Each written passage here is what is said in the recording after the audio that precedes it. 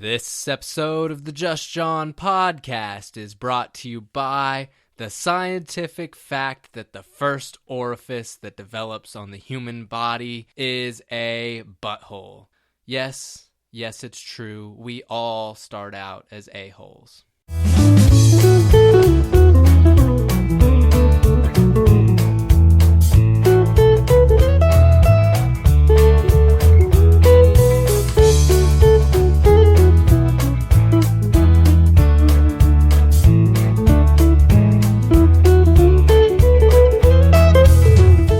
What up, homies? Coming to you pre-recorded from my living room, this is the JustJohn Podcast, a weekly show where I talk about pretty much whatever the hell I want. I'm your host, John Medina, and today on the show, the Crossroads. Black Friday is upon us. Star Trek 2017. Amazon.store. Twitter really likes you. You'll never take our bacon. Blizzard is king, and an app review. So, my worst fear has been realized. Okay, not my worst fear, but a fear. And I think it's really something that a lot of people have kind of in the back of their mind that they're worried about a lot, is that, you know, I'm getting close to being done with school and graduating, and I don't necessarily know what I want to do or where I want to be. Not that I don't know the field that I want to be in, because I do know that, and I have narrowed down my decision on that. But I don't know where exactly I want to be and what exactly I want to be doing in this specific field. And it's tough. It's something that can really weigh on you. I mean, it just tears you down a little bit, and sometimes it makes you feel scared, like you just want to crawl in a hole and die. So I was really trying to decide and trying to think and doing a lot of inner reflection, and I remembered something that my friend had told me a couple years back, and this thing that he told me is the whole reason why I'm talking about this on the podcast, because this type of situation is something that happens for a lot of people. And if anybody listening to this podcast is feeling this now or is going to feel it in the future, maybe this quote will help you as much as it helped me. Essentially, I'm going to say the quote and then kind of talk about what I think it means. So the quote is, "Change is hard, and a boat looks beautiful in the bay, but a boat was meant to sail, not to sit." So what I think that means, and what it means to me personally at least, is that you work so hard and you find out what you love and you pursue your dream. But when you get to that point where you've got to make a decision, you've got to go down path A, path B, or path C, and you've got to pick your direction. It's scary and it's hard, especially, I mean, change is so hard for a lot of people, because it's the unknown. You could fail, you could have a tough time, whatever. And what this quote means to me is that you've built your boat. You've built it the best that you can. You've done everything. You've put your heart, your soul, your blood, sweat, and tears into your boat. But when you come to those crossroads, you need to sail. It's time to sail. If you just sit there and do nothing, you're going to be right where you are.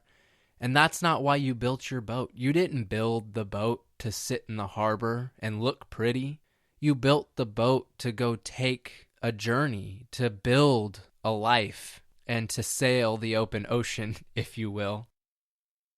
That's just a little bit of my philosophy with the whole situation. And I really hope that if anybody's feeling the same way that I am right now, or that I was this past few weeks, few months, that this quote can help you as much as it helped me. And here's an amazing segue, because I'm the best at it, and I'm going to talk about it until I figure out something better to segue between my posts. Amazon and Newegg are the two that I've seen so far, and I guarantee there's more out there, but I just haven't been hunting for it. So they're calling all these sales pre-Black Friday sales. But really, they're just, and this was actually on an ad, it's called Black November now. So apparently the whole month is supposed to be about sales, which I guess that's cool or whatever, but it kind of ruins the whole meaning of Black Friday. You know, like you're supposed to get to the store at midnight on Black Friday and get all these awesome deals. If you can get it the whole month, then what's the point of spending that one day going and doing it? You know, that day was actually created for a purpose. The origins of the term Black Friday and the actual event of Black Friday, I don't know when they date back to, but I know why it's called Black Friday. It's called Black Friday because that day is meant to be the day that retailers' profits go in the black. So if you don't know what that means, essentially, when they say that they're in the red, that means that they've spent more money on product overhead and costs than they've made. So for the whole year, they've spent more money than they've made total after everything's considered. So the whole purpose of Black Friday is to run all these sales and get all these people into the store and push all this product and get into the black, which means that they've made money. So once you hit that line, anything above that is pure profit. So that's the whole purpose of Black Friday. And while a lot of the bigger names, Amazon, Newegg, Walmart, they make profits long before Black Friday. But when they do these sales, it's tradition, I guess, and call me old-fashioned on some things. I'm definitely not old-fashioned on most things, but I think that, you know, something like this, it's a tradition. Keep it a tradition. If it becomes Black November or they have these sales for months before, months after, and all through the year, Black Friday is going to mean nothing anymore. And the marketing campaign that they would have to put on as a whole, as an industry, to reinvigorate the Black Friday 15, 20 years down the road would not be worth it. Special surprise for all you Trekkies out there. A new Star Trek series is coming to CBS in 2017. The peculiar thing about this is that it's not going to be on cable. So it's not going to be on CBS channel. It's actually going to be on their all-access streaming service, which I think that's a bad idea. And here's why I think it's a bad idea. One, you might as well, if you're going to do something like that and put it on a streaming service, you need to put it on one of the big three. You need to put it on Hulu, Netflix, or Amazon Instant Video.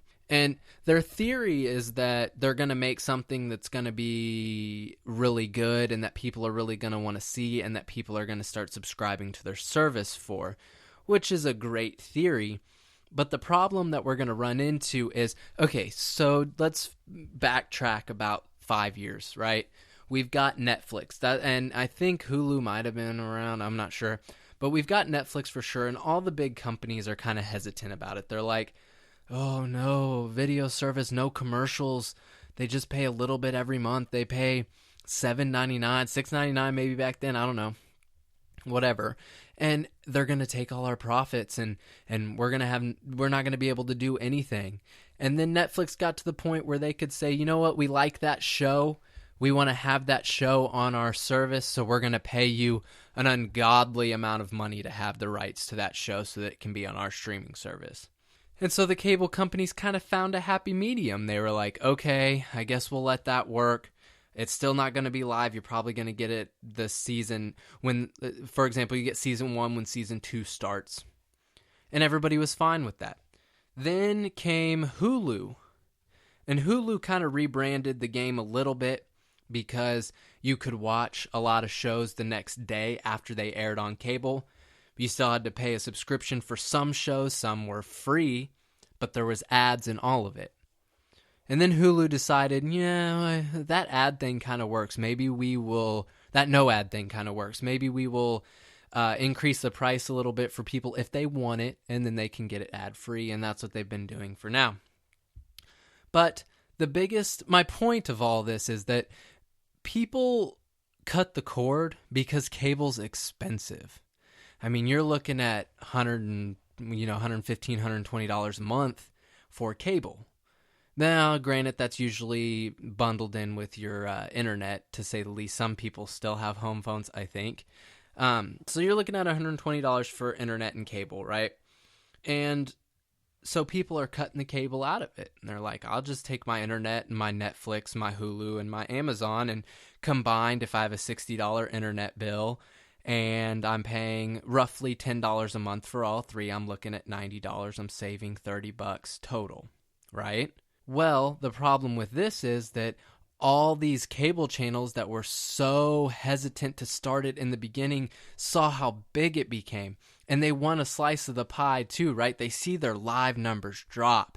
Nielsen even started tracking the Live Plus 3 and Live Plus 7 days so that they could see what their ratings were after they hit Hulu or after they were recorded on the DVR and watched a couple days later. And so the companies are like, you know what? This streaming thing is a good idea. Let's go ahead and start it. And we can charge $4, $5, $6, $7, $10 a month, and they'll pay that too, right?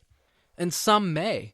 But if you think about it, if you've got the big three, you've got Amazon, Hulu, and Netflix, and between those three, you've almost got everything. You're just kind of missing out on some certain live things, but you can watch next day.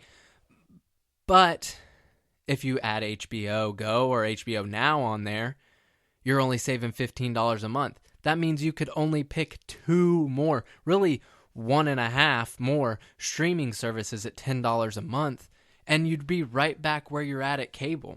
So the problem that we're going to see is that people are going to start getting all these streaming services thinking it's so great, so much cheaper than cable, and then they're going to realize, we cut cable to save costs, and we lived with it, and we survived, and that was okay. So we're going to cut some of these streaming services to save costs too.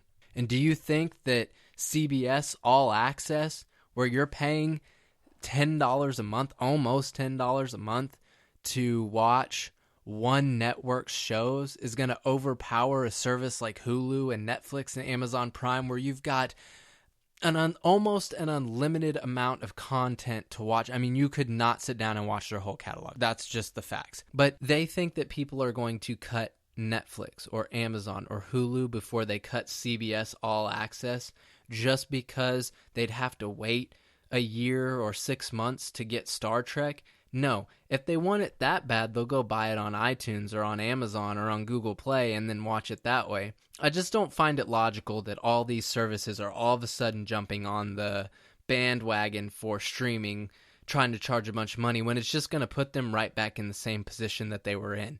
You need to face it.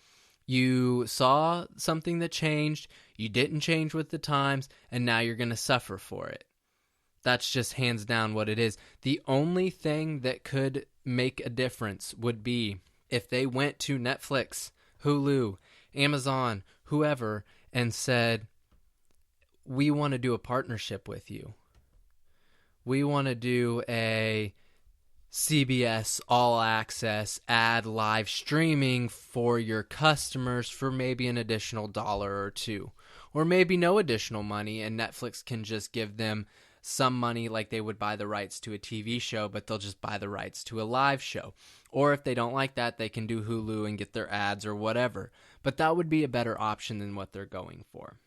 Amazon.store. So this last week, Amazon opened its first physical bookstore.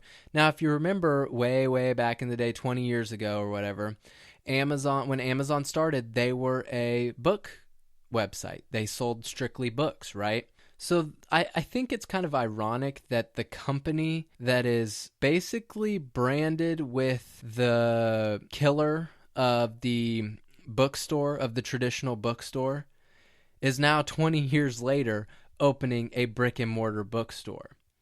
Amazon said that it won't entirely be doing things like a traditional store. However, it will be relying on Amazon.com data, including customer ratings, sales totals, and Goodreads popularity, to decide which books to stock. Curators will also have some say too.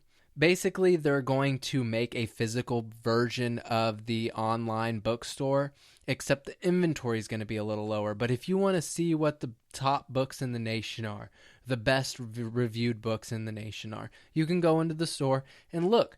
Additionally, they're going to sell some electronics like Barnes & Noble's does, where they're going to allow you to test out the Amazon Fire Stick, the Kindle, the Echo, things like that. It would almost be surprising to me if they didn't put some kind of Starbucks deal on the table and had a Starbucks inside the store, or sold coffee of some kind, free Wi-Fi. We're probably going to see kind of a Barnes & Noble style, because to be honest, one of the only national chains of bookstores that has been able to survive the Amazon beast, I guess you could say, is Barnes & Noble. So they're probably going to not necessarily copy, but get some of their inspiration from Barnes & Nobles. Another thing that was big in the electronic tech, I guess you could say tech industry this week, was that Twitter changed the favorite star to a heart, which now symbolizes a like. Good job, Twitter. You're Facebook, almost. No, I'm just kidding. It's kind of weird because, like, I never really understood the whole point behind the favorite, because I knew it was essentially just saying you liked what they said, right? Everybody knew that's what it meant. It was just called favorite instead of like, and that was kind of their thing, like that was what set them apart, besides a few other things, and now a bunch of things from Facebook in the beginning, was that you couldn't like something, you could only favorite it. Well, now it's a like, and it's part of their whole goal to have their ecosystem more similar and more easy to use, because a lot of people that are getting Twitter now that already have Facebook and understand Facebook don't understand the favorite. Additionally, Periscope and Vine both use the heart to like something, not to favorite something. However, if you can't do without your favorite, there is a way. There's a Chrome extension called Fave Forever, and it will bring it back on the browser. But like in your notification bar, it's still going to be called a like. It's not going to say favorite, but when you look on your Twitter feed on the browser using Chrome, if you have this extension, it will show the favorite star and not the like heart. So for all of you that just really can't handle the change, there you go. Bacon was in the news. This might not have even been technically this week. This may have been last week, but I really just want to talk about it because who doesn't love bacon? The World Health Organization, aka WHO, came out with a study that said that all processed meats increase your chance of cancer. In this list of processed meats, of course, beef jerky, sandwich meat, yada yada, bacon. Bacon was in it. That's horrible. That's the last thing we need. Bacon is great. It's delicious. And I guess that's why it's not good for you, because most things that are delicious are not good for you. But let's kind of get down to the bread and butter, so to speak, of the whole bacon thing. So I did a little bit of investigation, a little bit of reading, and you have to eat 50 grams of bacon a day. That's a lot. So tone back the bacon a little bit. Have one slice of bacon or two slices of bacon. Don't eat a whole pack of bacon every morning, and don't put it on a sandwich. Just eat a slice or two, and that will pretty much cover your not eating 50 grams. Now, if you do eat 50 grams a day, it only increases your chances of, I think it's colon cancer specifically, by about 18%. So it's still not horrible, but 18% is still a pretty big number. The other thing about this study is, it kind of backed up something that a lot of people have been saying for a while now, that the vegan lifestyle is healthier. Meat's not the best for you. They recommend that you could eat fish or poultry up to 2 times a week, but traditionally you need to eat beans, cheeses, fruits, vegetables, so on and so forth, which is horrible because meat is so good. And I don't know that I could give up my meat. Maybe if I had never really experienced it before I could, but once you've had bacon, there's no going back. That's just the truth about it. # bacon lovers. Oh, a lot of tech in the news this week. I guess there's always a lot of tech in the news, but I really enjoy technology. It's a big hobby of mine, is just to kind of keep up with it, try out new things, learn all the new stuff. I really enjoy it. So one of the things that happened in the gaming world this week, Activision Blizzard, which is Activision, Call of Duty, Blizzard, WoW, Hearthstone, blah, blah, blah, bought King Development or King whatever, which is the company that makes Candy Crush, for $5.9 billion with a B. But that's $6 billion. Let's just be real. I think that's a good decision on their part to buy the company. I think it's a horrible price. I really don't know why they didn't. I mean, I guess they could have negotiated. We don't know, but I feel like that's just way too much. I mean, to put it in perspective for you, Disney only paid $4 billion for Lucasfilm, for Star Wars, all the intellectual property behind Star Wars. $4 billion. So you're telling me that Activision Blizzard thinks that King, aka really just Candy Crush, because that's their big cash cow, is going to be more profitable, so much more profitable, in fact, than Star Wars, that they can pay $5.9 billion for it.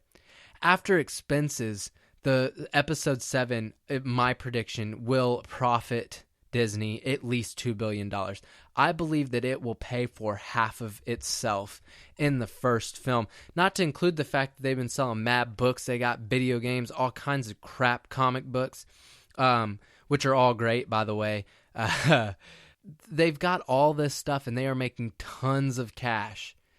And Blizzard bought Candy Crush for $5.9 billion. Now, why did they buy them? Probably they want the mobile aspect of it. We've not seen many big gaming companies make it into the mobile department well. And so I think that their whole theory was, let's sit back, wait for a mobile gaming company to figure out the formula, find out how to become profitable and stay profitable for quite a while. Candy Crush has been around for a long time, and they still have a lot of users, like 410 million users a month or something like that. So they waited, saw a company, and then they bought it. And they did that so that they can put their own brand on it, probably, so they can come out with something that will not fail. Alrighty, so it's time for an app review. This week, I'm going to review Periscope, which is made by Twitter. You probably heard me say Periscope when I was talking about the like button, because Periscope has the like heart as well. If you don't know what Periscope is, it lets you stream video and then watch other people's streams, of course. And it's made by Twitter, so Twitter actually owns it. Basically, it's tied to your Twitter account, right? So if you go on there, you can start your own stream. You can make it public or private. And it will notify everybody that follows you on Twitter that you're streaming on Periscope. It will notify them even in the middle of the night, just so you know. You can turn the notifications off, of course, and then, like, if you turn the notifications off and say I'm streaming on Periscope, it will automatically tweet for me too, so you can see the tweet, so you don't necessarily have to have it to where it'll notify you on your phone. There's a little chat on there. You can ask questions. A lot of like directors and stuff use it, and like to do AMAs essentially, and people will just ask them like, oh, what made you want to be a director, whatever, and then they'll answer on the video. And it's pretty cool. Another feature of it is like you open it and it will show you popular streams, sponsored streams, live, and then some live streams. And then you can go to the second page and it'll kind of show you a map. And then it'll have little red bubbles around the map with numbers on it. So like you'll see a bubble over California with like 45 on it. That means there's 45 people within your network or that are public that are streaming. And so you can zoom in and pick out which different places, or you can just click on the bubble, and then down at the bottom it will show you everybody that's streaming. It's really nice. I like it. I have never streamed anything. I don't feel that it would be very interesting. I mean, I guess if you really, really, really want to watch me do homework, I could stream that for you. That's a whole new brand of reality TV, right? Or I could just call it gaming and say that it's a life simulator. I guess that would be all right. But hey, maybe one of these days I will stream live on Periscope. So you never know. Well, that's going to be the end of the show for this week. If you enjoyed the show, please show me some love by liking, thumbs up, subscribing, sharing, rating, reviewing, retweeting, or whatever it is that's used to symbolize the love of the show on the platform you're using to view it. You can follow me on Twitter at JohnnyM_Revo. You can like the Facebook page, facebook.com/JustJohn Podcast. You can listen to the show on soundcloud.com/JustJohn-podcast, youtube.com/JFMedina2010. You can search for me on iTunes and Stitcher and Google Play, coming soon. You can check out the website at justjohnpodcast.wordpress.com. And you can email the show with questions, comments, concerns at justjohnpodcast@gmail.com. And remember, without you, I'm just some dude talking to himself on the internet. Until next time, peace out, fam.